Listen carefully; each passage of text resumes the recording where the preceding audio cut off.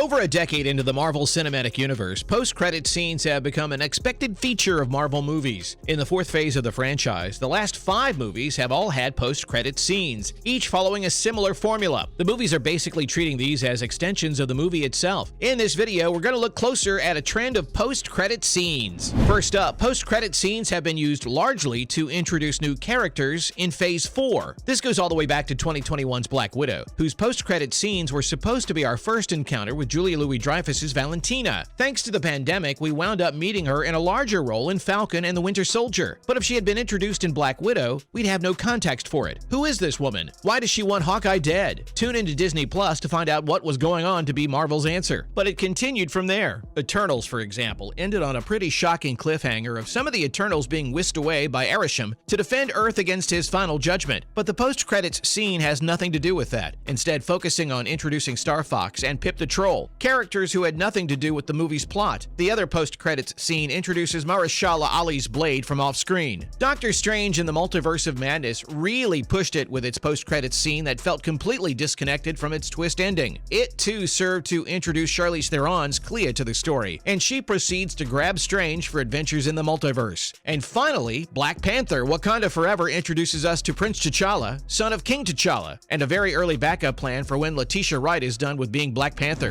Now, there were 3 exceptions in Phase 4, for what that's worth. The first one was Shang-Chi and the Legend of the Ten Rings, which was a pretty exceptional movie to begin with. Unlike the other post-credit scenes, this one followed the style of the previous movies, with a post-credits scene that set up a future for the very story that was told in the first movie. It also subtly hinted at events in the larger MCU by showing Wong, Carol Danvers, and Bruce Banner working together, the latter in human form for the first time since Endgame. Then there was Spider-Man: No Way Home. Sure, the Venom of Sony's Spider-Man universe appeared in the MCU for a little bit, but he left without doing all that much. Besides, of course, leaving a drop of symbiote behind. This sets up the future for Tom Holland's story in the MCU without introducing characters we've never seen or heard of before, which we can live with when it comes to Marvel's post-credit scenes. Finally, there was Thor: Love and Thunder. While we never saw Hercules during the movie itself, he was mentioned in the movie, and Thor's injuring or killing of Zeus set the stage for Hercules to enter the story. In this way, the scene directly impacts Thor's story's future, so we won't consider that as a part of the larger post-credit scene trend in the MCU.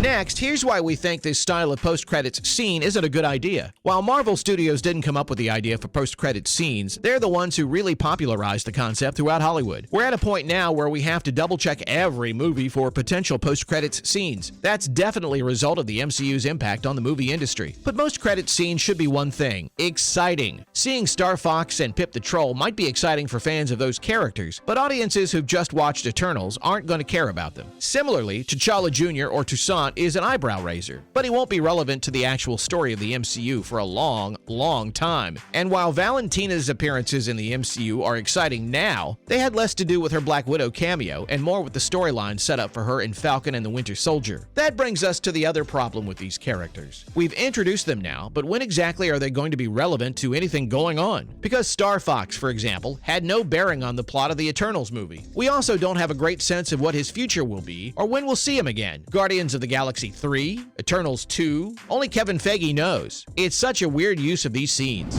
Let's contrast these with the post-credit scenes of Phase 1. So Iron Man ends with Tony Stark publicly embracing his role as the armored avenger of the world. Audiences were pleasantly surprised with how good the movie ended up being, considering Iron Man wasn't a very popular character at the time. And then they got a shot of adrenaline in the arm after the credits. Samuel L. Jackson as Nick freaking Fury? Did he say Avengers? We had to know more. While the Incredible Hulk didn't have a post-credits scene, the ending of the movie featured Tony Stark, and he's talking about the Avengers Initiative 2. And then Iron Man 2's post-credits scene featuring Mjolnir. That got audiences amped up for something they never thought would happen: a big-budget blockbuster Thor movie, which just happened to be coming out the next year. Thor's post-credits scene, meanwhile, showcased the Tesseract. We also see that Erik Selvig, a character from the movie, is presently under mind control. Why? And what did that have to do with this mystery blue cube? Once again, we were left wondering more. Captain America, the first Avengers post-credits scene, was also pretty low-key, but then the promise from Iron Man was fulfilled: an honest-to-goodness Avengers movie. And in the post-credits scene, we meet Thanos, the actual Mad Titan. Audiences were left wondering what the actual heck was happening right now. Now, see the difference between these scenes? Each post-credits scene in the first phase of the MCU either sets up the Infinity Saga or the short-term future of the franchise. We either get a tease of movies shortly to come, or we get a look ahead of where the series' overarching plot is is going. Think about this. For movies that have 2 post-credits scenes, audiences will sit through the entire credits of the movie, and those credits can get pretty long in Marvel movies. And that was the trend throughout the Infinity Saga. Each scene would either tell you where the story of the Infinity Saga was going, or it would tell you where the character's story was going. This philosophy continued all the way to Avengers Infinity War, whose post-credits scene set up the Captain Marvel movie. And then, since Avengers Endgame left the characters and the story at their endpoint, it ended with an audio tribute to Tony Stark. There were few exceptions. Some of the scenes were jokey scenes, which we didn't entirely mind because they were a tiny minority of all post-credits scenes. The only example of a Phase 4 style post-credits scene was the one in Guardians of the Galaxy Volume 2, which showed Adam Warlock without giving us context for who he was or why he mattered. But you have to remember that James Gunn's sudden firing impacted the situation at Disney.